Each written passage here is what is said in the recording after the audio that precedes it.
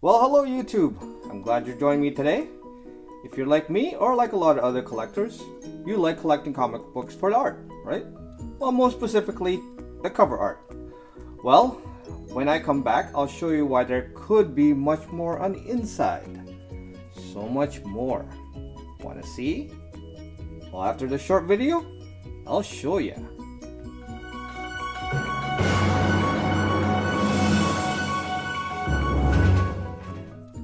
Comic Sniper here, everyone, and I'm glad to see you all back. Today I'm going to share with you a little tip that you'll find may increase the value of your book and or may make you love it even more. Okay, I have two books that will show you just that and the surprise that lie within. And as always, before we get started, I'd like to remind you that and maybe some of my newer viewers that at the end of each video I'll be putting up on screen some of my newest subscribers. And all you have to do to be part of that is go ahead and subscribe. Okay, so let's get on with it. So the first book I want to show you is this Ms. Marvel #1. Alright, so this is somewhat of a key issue. This is a first appearance of Carol Danvers as Ms. Marvel. So it does have this book does have some value. In the raw form, not in this grade, not as much. Of course, the higher grades, the 9/8 definitely are going for quite a bit. And well, this one here, let me show you. So we've got a date stamp there. It's very small. It says October 5, and then you can't see the black part. But I like date stamps. It kind of gives that provenance. But this has some. Some spine issue as well, miswrap. It's got a printer crease. Let's see, right there. You can catch it at the light. There you go. You can see that. I mean, aside from that, it's a pretty clean book, but it's not a high grade. The back is quite clean. There's the back part. Usually, printer creases come in pairs, front and back, usually about the same size. But you can see there a little bit of stain. So again, I'm not showing this book for the high grade that it isn't. But and the value of this book is definitely not what we're talking about here today.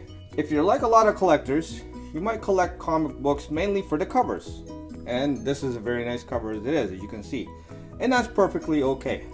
Part of my collection is strictly for the covers as well, and really not much more than that. Now, this part, this is a tip and surprise, is mainly for the older books, okay? And that they're usually within the silver, golden age, right? If you collect golden age, and even bronze age. Though this one is a bronze age book, but it could happen to modern as well. I'd imagine not too often. Now, if you collect covers only, you might be missing out on giving potentially something away that's valuable. Okay, like most cover collectors, this including me.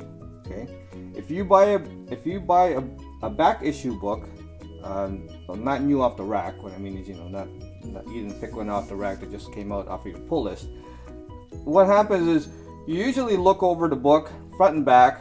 Right, for the condition, you want to see what the grade possibly might be. Admire the cover for a while, slip it back into its bag and board, and then before you put it away, out of harm's way, and so that it's stored away for safekeeping. Sound familiar? What I'm here to tell you is you should do one extra step before putting your book in the bag and board, and then store it. Okay, here's the tip. Take about 5 minutes and open up the book. Okay, flip through the pages, all the pages of the book. Well, I know what you're saying. You're saying, well, we already know that. That's nothing new. Well, for a lot of collectors, maybe new collectors, that is something new. Okay, and then some of us older collectors that maybe just got back into the hobby, it maybe needs to be refreshed in our mind. I know it did for me. Okay, and I'll go into that a little bit later. I also know that if you just acquired, let's say, a comic book collection of 5,000 books, that's going to be a problem to inspect every page. But you know what? I wish I had your problem. That is a good problem to have. So, but I'm mostly talking about the eBay buyers, and possibly when you're buying from, let's say, when you go to a Comic-Con or your back issue of your local comic book store. Okay, so here comes the first warning. If you bought from eBay, you only have a limited time to return that book in case something was not right with it. Like something, usually 15 to 30 days on average, okay? Depending on the seller that you bought it from. In case you find something wrong with it, that's the time you have to be able to dispute that buy and ask for, you know, a return process to get started. Now, you need to look inside for you know, for things like restoration, ink bleed through from the cover, like if there's touch-ups around the black and things like that. Usually that's the normal thing. What you can do is what you'll find is black sometimes will bleed on the inside, and you'll see that, and it's more noticeable, and therefore you'll notice the restoration better that way. Okay, tape, of course, you can find, in case it's been taped on the inside to keep the cover secure. You'll find that as well as the centerfold. Also good to look for rips, pop staples, of course the centerfold being one of them. Missing pieces and pages, okay, scribble marks, stains, water damage, all sometimes not visible on the outside, and a lot more visible on the inside.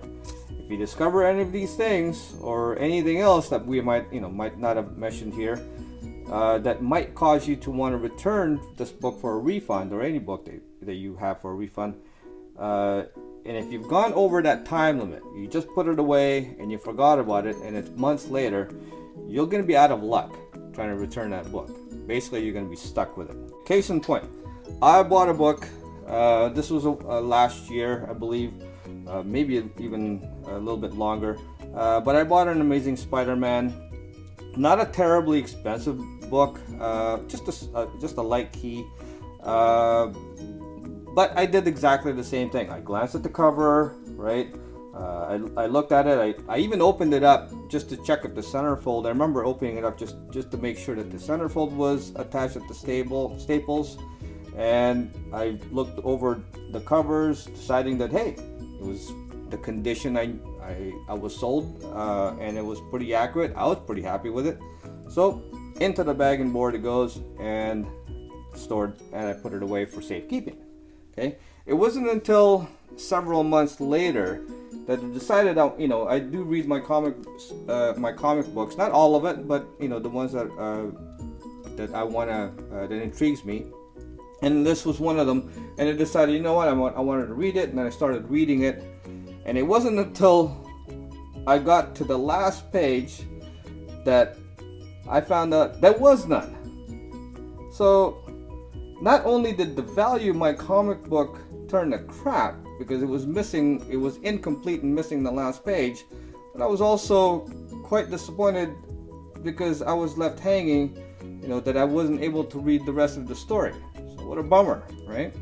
Okay, so back to the Miss Marvel comic book here. So the surprise part of this story, okay, and this video. So I bought this back in a few months back. I think it was last year, early last year. And like I said, I inspect my books on the inside, and this is what I found.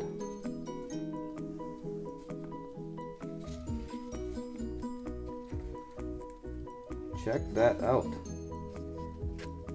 Oops, let me just do this properly. I found a handwritten note and a signature from Joe Sinnott. Says, to Bill, all best.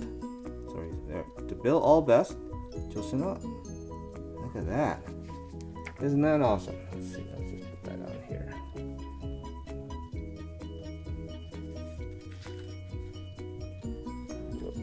There we go.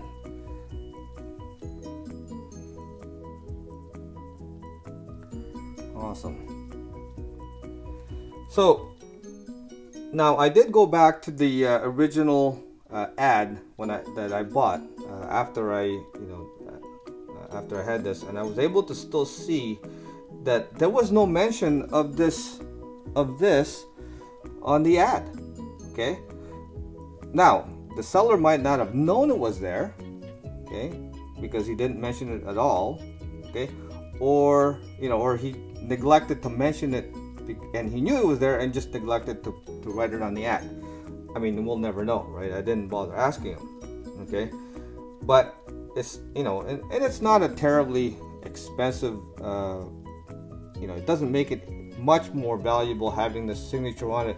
More than anything, it's more of a sentimental value. Like, I feel like it's just a wonderful surprise. It's like finding $20 in an old jeans pocket. It feels good, right? Well, some of you might be thinking, well, the signature might not be real, right? I mean, but I did compare it to to some signatures that have been authenticated online, and I did use that to look at it, and it looks pretty good to me, right? And besides, let's face it, who's gonna write to Bill, all best, Joe Sinnott, on the just to make it up? That doesn't seem like a very viable thing, right? It's not doing really much good or bad to the cover, or sorry, to the book. So to me, it just kind of brings more life to this book, right? That Bill, whoever Bill is, loved it enough to have it signed when he met Joe, right? And that and it really only it's an old school thing where really only the owner knows that the signature is there because it's not seen on the outside, and I love that. So yeah, this is my Miss Marvel #1, signed on the inside by Joe Sinnott. Now I have one other one. I also have an Incredible Hulk 340.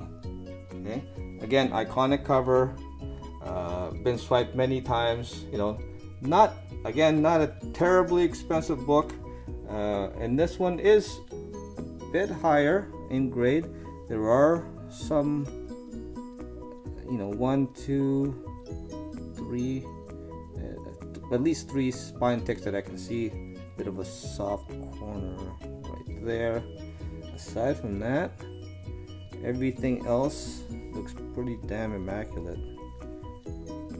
Check out that, and even the back. Always one again, same bottom spine. Took a little bit of a beating, and of course we got some spine ticks. Okay, but enough of that. That's not really what this is for. Okay, again, an eBay purchase. Okay, what I found on the inside, to my surprise, is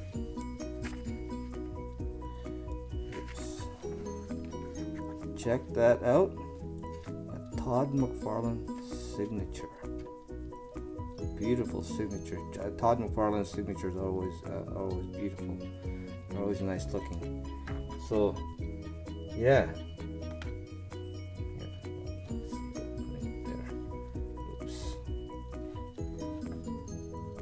There you go. So at least you can see some of it. Okay.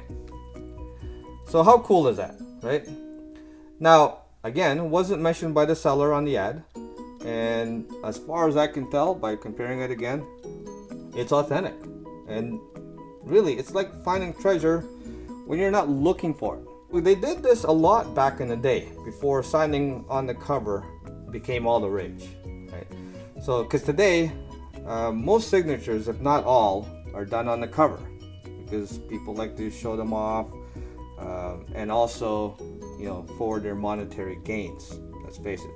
There's a lot of people do that, and there's nothing wrong with that. I have a few slab signatures myself, and I'm as guilty as anybody as well. So, and if that's your way of collecting, definitely you have every right to do so.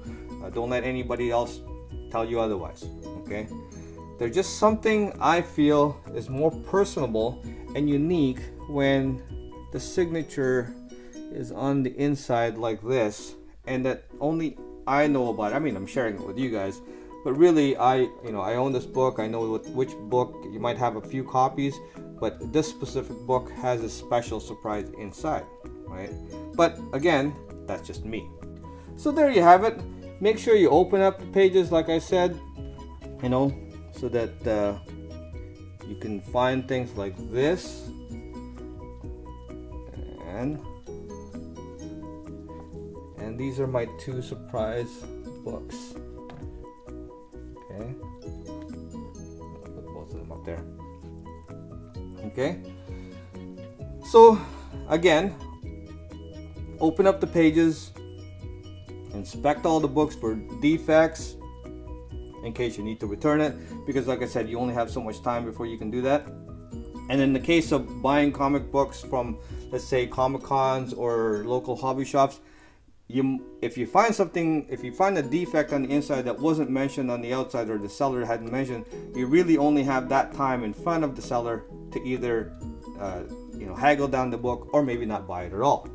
Okay, but how wonderful would it be if you found, if you had in your collection, and all of a sudden you found a great surprise of, you had a Steve Ditko signature, or something written by them, or the great the King Jack Kirby, right? Or even, who knows, Bob Kane, or my God, a Jerry Siegel or Joe Shuster.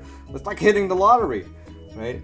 I mean, the chances are very minimal, and definitely few and far between. But we hear about things, people finding a Hulk #1 or Amazing Fantasy 15 in garage sales, and they buy for $1. Those kind of, the dream is still alive. So dare to dream. In my opinion, why not? You have nothing to lose. And as promised, okay, enough of me ranting about that. I did promise that I'm going to put up some new subscribers, and you should be seeing some of those as I'm speaking. Again, thank you all very much. And if you would like a shout out as well on my future videos, all you need to do is subscribe. Okay, so please take the time to leave a comment down below. Maybe share your story. Maybe you too have found treasures inside your books. Whatever, it might not have to be a signature. It could be a handwritten something, or rather, or whatever it is that makes your book valuable to you. I'd love to hear it. Go ahead and share your story with me down below, and maybe I'll include it in my future video. Okay, and maybe you found something similar as well. Who knows? And if you would be so kind as to also hit the like button if you're not offended by this video in any way, that would be great. And then by ringing that bell, you also won't miss out on my future videos. So that's a positive, right? Again, thank you all for sharing this experience with me. It's been one that I find very close to my chest.